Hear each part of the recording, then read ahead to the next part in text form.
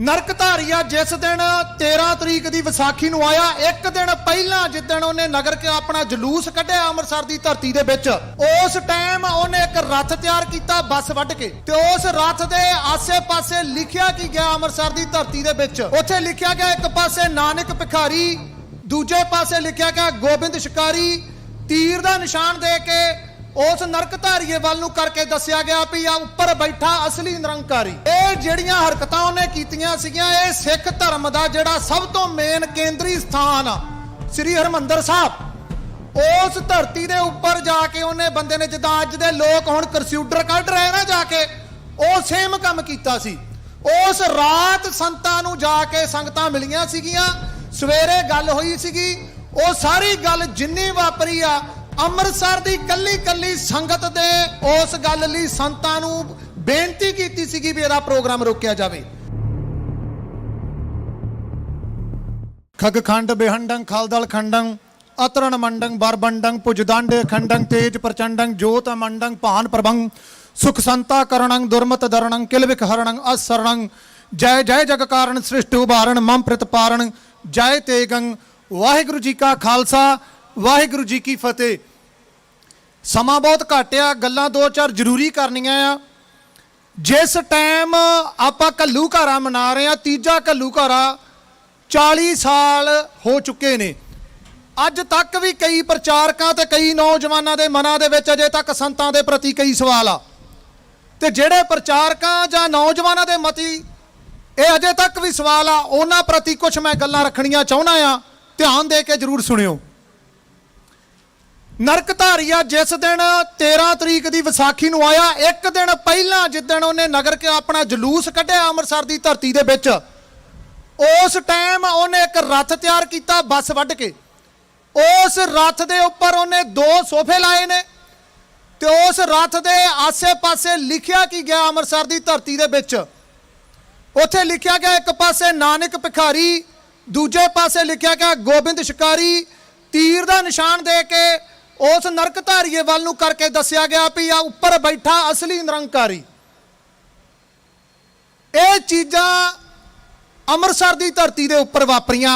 एक दिन पहला जिस दिन 13 सिंघां की शहीदी हुंदी आ, उन्हें उस सोफे के उपर आप बैठा, अपनी घरवाली भाई, तो उस तो एक अगे जिहड़ी गड्डी तैयार कीती सीगी, उहदे विच उहने 7 सितारे बिठाए सीगे। 7 सितारे जिन्होंने 5 प्यारियां वांगू तैयार किया सीगा, 5 प्यारियां वांगू तैयार करके 7 सितारियां दे जिहड़े नां सीगे वो बड़े हैरानीजनक वाले सीगे।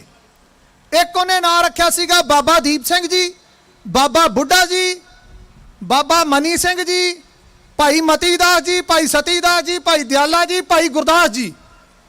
ये जिहड़ियां हरकतां उन्हें कीतियां सीगियां, ये सिख धर्म का जिहड़ा सब तो मेन केंद्री स्थान श्री हरमंदर साहब, उस धरती के उपर जाके उन्हें बंदे ने जिद्दां अज दे लोग हुण करस्यूडर कढ रहे ना जाके, वो सेम काम कीता सी। उस रात संतां नूं जाके संगतां मिलियां सीगियां, सवेरे गल होई सीगी, वो सारी गल जिन्नी वापरी आ अमृतसर की कली कली संगत दे उस गल लई संतां नूं बेनती कीती सीगी भी इहदा प्रोग्राम रोकिया जावे। ये तां मेरा सीगा एक पॉइंट जिहड़ा मैं इहदे ते गल करनी सी। दूजी मैं गल करनी आ, असी जदों भी किते शहीदां दी गल करदे आ, जदों भी किते संतां दी उन्हां दी सूरमिਆਂ दी गल करदे आ, असी एक पार्ट मिस करदे आ विचों, जिस पार्ट नूं मर्यादा दे विच निभाया गया। मैं छोटी जी साखी सुनाउणी आ।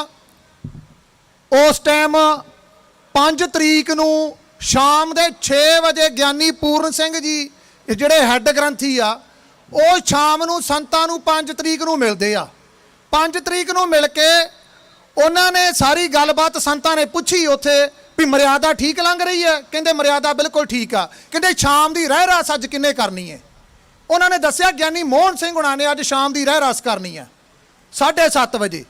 ਉਹ ਕਹਿੰਦੇ ਹੋ ਸਕਦਾ ਵੀ ਉਹ ਬਾਹਰੋਂ ਆਉਣਾ ਆ ਤੇ ਰਹਿ ਰਾਸ ਨਾ ਹੋਵੇ, ਤੁਸੀਂ ਅੰਦਰ ਜੇ ਤੇ ਤੁਸੀਂ ਜਾਓ ਤੇ ਜਾ ਕੇ ਰਹਿ ਰਾਸ ਸ਼ੁਰੂ ਕਰ ਦਿਓ, ਜੇ ਉਹ ਨਾ ਆਏ ਤਾਂ। गल ध्यान नाल सुनियो, गोलियां वरदियां दे विच ਗਿਆਨੀ पूर्ण सिंह हुणी हरमंदर साहब अकाल तख्त साहब तो आउंदे आ, जाके रहरास साहब शुरू करते हैं ਤੇ ਬਾਹਰ ਗਿਆਨੀ ਮੋਹਨ ਸਿੰਘ ਹੁਣੀ ਵਰਦੀਆਂ ਗੋਲੀਆਂ ਦੇ ਵਿੱਚ ਰਹਿ ਰਾਸ ਦੀ ਡਿਊਟੀ ਨਿਭਾਉਣ ਵਾਸਤੇ ਹਰਮੰਦਰ ਸਾਹਿਬ ਦੇ ਅੰਦਰ ਆਉਂਦੇ ਨੇ। ਉਸ ਟਾਈਮ ਰਹਿ ਰਾਸ ਸ਼ੁਰੂ ਹੋ ਗਈ ਸੀਗੀ, ਉੱਥੇ ਰਹਿ ਰਾਸ ਹੋਈ, ਉੱਥੇ ਰਾਤ ਨੂੰ ਕੀਰਤਨ ਸੋਲੇ ਅਰਦਾਸ ਹੋਈ, ਹਰ ਕੀ ਪੌੜੀ ਤੇ ਸੁੱਖ ਆਸਣ ਹੋਇਆ ਉੱਥੇ। ਮੈਂ ਸਿਰਫ ਤੁਹਾਨੂੰ ਇੱਕ ਗੱਲ ਬਹੁਤ ਜ਼ਰੂਰੀ ਇੱਥੇ ਦੱਸਣੀ ਆ। ਜਦੋਂ ਚਮਕੌਰ ਦੀ ਗੜੀ ਦੇ ਵਿੱਚ ਗੁਰੂ ਗੋਬਿੰਦ ਸਿੰਘ ਮਹਾਰਾਜ ਰਾਤ ਜਾਗ ਕੇ ਕੱਟੀ ਨਾ ਮਹਾਰਾਜ ਨੇ, ਉਸ ਟਾਈਮ ਹਕੀਮ ਅੱਲਾ ਯਾਰ ਯੋਗੀ ਖਾਨ ਲਿਖਦਾ ਆ, ਕਹਿੰਦਾ ਵੀ ਜਦੋਂ ਗੁਰੂ ਗੋਬਿੰਦ ਸਿੰਘ ਮਹਾਰਾਜ ਐਨ ਟਿਕ ਟਿਕੀ ਲਾ ਕੇ ਉਸ ਅਕਾਲ ਪੁਰਖ ਦੀ ਯਾਦ ਵਿੱਚ ਬੈਠੇ ਹੋਏ ਸੀ, उस टाइम का वाक़ा कहता, कहते थे इजाजत ही नहीं है हमें रण में जाने की, इजाजत ही नहीं है हमें रण में जाने की, मिट्टी तक उड़ा देते दुश्मन के चमन की।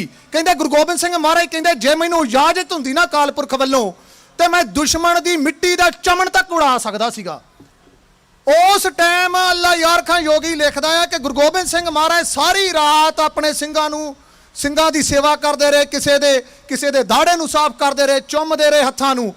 कहते सोए हुए शेरों को गले अपने से लगाया, सतगुरु ने अपने दलेरों को गले अपने से लगाया, इंसान करे जी मैं जमाना तो यकीन है, कह दो गुरु गोबिंद सिंह का सानी ही नहीं है। उस रात गुरु गोबिंद सिंह महाराज जागते रहे। इधर धन गुरु ग्रंथ साहब महाराज ਉਹ ਪਹਿਲੀ ਇਤਿਹਾਸ ਦੇ ਵਿੱਚ ਰਾਤ ਸੀ 5 ਤਰੀਕ ਦੀ ਰਾਤ, ਜਿੱਦਣ ਧੰਨ ਗੁਰੂ ਗ੍ਰੰਥ ਸਾਹਿਬ ਮਹਾਰਾਜ ਆਪਣੇ ਅਸਥਾਨਾਂ ਤੇ ਅਕਾਲ ਤਖਤ ਸਾਹਿਬ ਨਹੀਂ ਗਏ।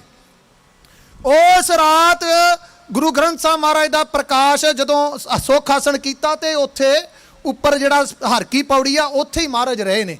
ਉਸ ਸਾਰੀ ਰਾਤ ਮਹਾਰਾਜ ਨੇ ਜੰਗ ਆਪਣੇ ਜਾਗ ਕੇ ਆਪਣੇ ਸ਼ੇਰਾਂ ਨੂੰ ਆਪ ਲੜਾਈ ਆ। ਸਾਰੀ ਰਾਤ ਦੁਸ਼ਮਣ ਦੇ ਛੱਕੇ ਛੁਡਾਏ ਉਹਨਾਂ ਸੂਰਮਿਆਂ ਨੇ। ਤੇ ਸੰਤਾਂ ਨੇ ਸਵੇਰੇ ਜਿਹੜੀ ਅਰਦਾਸ ਕੀਤੀ 7:30 ਕੋਈ 8 ਵਜੇ ਦੇ ਤਕਰੀਬਨ, ਉਹਨਾਂ ਦੀ ਅਰਦਾਸ ਦੇ ਬੋਲ ਜਿਹੜੇ ਸੀਗੇ ਆਪ ਜੀ ਨੂੰ ਪਤਾ ਆ ਕਿ ਮਹਾਰਾਜ ਇਹ ਗੁਰੂ ਹਰਗੋਬਿੰਦ ਸੱਚੇ ਪਾਤਸ਼ਾਹ ਮੀਰੀ ਪੀਰੀ ਦੇ ਮਾਲਕ, ਜਿੰਨਾ ਚਿਰ ਤੱਕ ਖਾਲਸਾ ਰਾਜ ਖਾਲਸੇ ਦਾ ਘਰ ਘਟ ਨਹੀਂ ਬਣ ਜਾਂਦਾ ਉਹਨਾਂ ਚਿਰ ਤੱਕ ਅਸੀਂ ਇਸ ਧਰਤੀ ਤੇ ਦੁਬਾਰਾ ਜਨਮ ਲੈਂਦੇ ਰਹੀਏ ਤੇ ਇਦਾਂ ਹੀ ਸ਼ਹੀਦੀਆਂ ਪਾਉਂਦੇ ਰਹੀਏ। ਅਗਲਾ ਉਹਨਾਂ ਦਾ ਬਚਨ ਸੀਗਾ ਕਿ ਇਸ ਜ਼ਾਲਮ ਸਰਕਾਰ ਨੇ ਜਿਸ ਤਰੀਕੇ ਨਾਲ ਟੈਂਕ ਚਾੜ ਦਿੱਤੇ ਨੇ, ਇੱਥੇ ਹੁਣ ਬੰਬ ਵੱਜ ਸਕਦੇ ਆ, ਇੱਥੇ ਮਲਬਾ ਡਿੱਗ ਸਕਦਾ ਆ, ਪਰ ਮਰਦ ਸੂਰਮੇ ਅੰਦਰ ਪੈ ਕੇ ਨਹੀਂ ਸ਼ਹੀਦੀਆਂ ਦੇ ਸਕਦੇ। ਉੱਥੇ ਸੰਤਾਂ ਨੇ ਬਾਹਰ ਨਿਕਲ ਕੇ ਮਰਦਾਂ ਵਾਂਗੂ ਜੂਝ ਕੇ ਲੜਨ ਵਾਸਤੇ ਗੁਰੂ ਸਾਹਿਬ ਕੋਲੋਂ ਆਗਿਆ ਮੰਗੀ ਕਿ ਮਹਾਰਾਜ ਸੱਚੇ ਪਾਤਸ਼ਾਹ ਅਸੀਂ ਸਾਹਮਣੇ ਮੁਕਾਬਲਾ ਕਰਕੇ ਹਿੱਕਾਂ ਢਾਹ ਕੇ ਮੁਕਾਬਲਾ ਕਰੀਏ ਇਸ ਜਰਮਾਨੀ ਸਰਕਾਰ ਦਾ।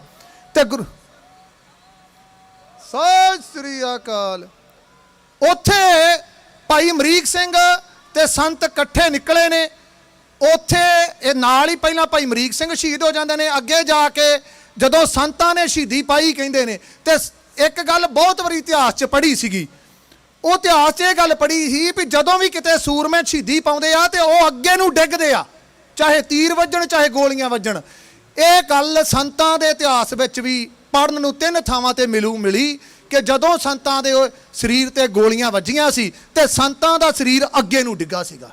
ਸੋ ਇਹ ਸਭ ਤੋਂ ਬਹੁਤ ਹੀ ਖੂਬਸੂਰਤ ਤੇ ਯੋਧਿਆਂ ਵਾਲੀ ਜਿਹੜੀ ਸ਼ਹਾਦਤ ਸੀਗੀ। ਮੈਂ ਅਗਲਾ ਜਿਹੜਾ ਸੁਨੇਹਾ ਸ੍ਰੀਮਾਨ ਸੰਤ ਗਿਆਨੀ ਹਰਨਾਮ ਸਿੰਘ ਖਾਲਸਾ ਪਿੰਡਰਾਂ ਵਾਲੇ ਮਹਾਂਪੁਰਸ਼ਾਂ ਨੇ, ਮੁਖੀ ਦਮਦਮੀ ਟਕਸਾਲ, ਉਹਨਾਂ ਨੇ ਵੀ ਆਪ ਜੀ ਸਾਰਿਆਂ ਤੱਕ ਪਹੁੰਚਾਇਆ ਸੀ। ਇਹਨਾਂ ਵੀਰਾਂ ਵੱਲ ਦਾ ਸਾਰਿਆਂ ਦਾ ਧੰਨਵਾਦ ਜਿਹੜੇ ਏਡੇ ਏਡੇ ਤਗੜੇ ਪ੍ਰੋਗਰਾਮ ਕਰਦੇ ਨੇ।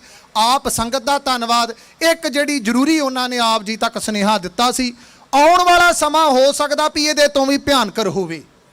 ਇਸ ਕਰਕੇ ਸਾਰੀ ਸਿੱਖ ਸੰਗਤ ਨੂੰ ਬੇਨਤੀ ਆ ਕਿ ਛੇਤੀ ਤੋਂ ਛੇਤੀ ਅੰਮ੍ਰਿਤਧਾਰੀ ਹੋਵੋ, ਆਪਣੀ ਪੰਜਾਬੀ ਮਾਂ ਬੋਲੀ ਨੂੰ ਸਾਂਭੋ ਤੇ ਨਿਤਨੇਮ ਕਦੀ ਨਾ ਛੱਡੋ।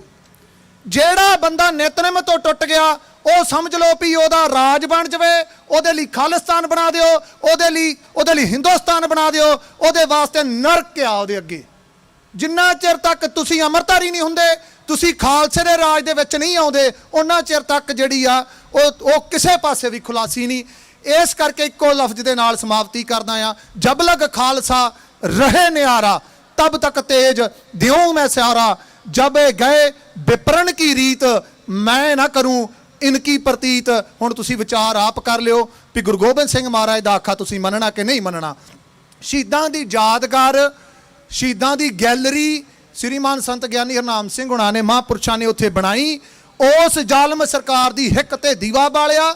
ਮੈਂ ਇੱਕ ਛੋਟੀ ਜੀ ਗੱਲ ਦੱਸ ਦਿਆਂ, ਜਦੋਂ ਇਹ ਯਾਦਗਾਰ ਬਣੀ ਨਾ, ਅਕਾਲ ਤਖਤ ਸਾਹਿਬ ਦਾ ਜਿਹੜਾ ਮਾਡਲ ਤਿਆਰ ਹੋਇਆ ਨਾ, ਉਹਦੇ ਤੇ ਬੜੀ ਮਿਹਨਤ ਹੋਈ। ਬੜੇ ਬੰਦੇ ਦੂਰੋਂ ਦੂਰੋਂ ਲੱਭ ਕੇ ਲਿਆਂਦੇ ਵੀ ਕਿਹੜਾ ਬੰਦਾ ਇਦਾਂ ਦਾ ਮਾਡਲ ਤਿਆਰ ਕਰ ਸਕਦਾ। ਬਾਹਰ ਦੇ ਬੰਦਿਆਂ ਨਾਲ ਵੀ ਗੱਲ ਕੀਤੀ। ਉੱਥੇ ਸਭ ਤੋਂ ਵੱਡੀ ਮੁਸ਼ਕਲ ਕੀ ਆਉਂਦੀ ਸੀਗੀ, ਜਿਹੜੇ ਸਿੰਘ ਸ਼ਹੀਦ ਹੋਏ ਸੀ ਉਹਨਾਂ ਦੀਆਂ ਫੋਟੋਆਂ ਨਹੀਂ ਸੀਗੀਆਂ। ਉਹਨਾਂ ਦੇ ਘਰਾਂ 'ਚ ਜਾ ਕੇ ਉਹਨਾਂ ਦੇ ਪਰਿਵਾਰਾਂ ਕੋਲ ਬਹਿ ਕੇ ਉਹਨਾਂ ਨੂੰ ਨਕਸ਼ੇ ਉਤਾਰ ਕੇ ਵੀ ਕਿਵੇਂ ਦਾ ਲੱਗਦਾ ਸੀ ਉਹ ਸਿੰਘ, ਉਸ ਤਰੀਕੇ ਨਾਲ ਉਹਨਾਂ ਦੀਆਂ ਫੋਟੋਆਂ ਤਿਆਰ ਕੀਤੀਆਂ ਗਈਆਂ। ਬਹੁਤ ਵੱਡੀ ਸੇਵਾ ਕੀਤੀ ਗਈ ਇਹ।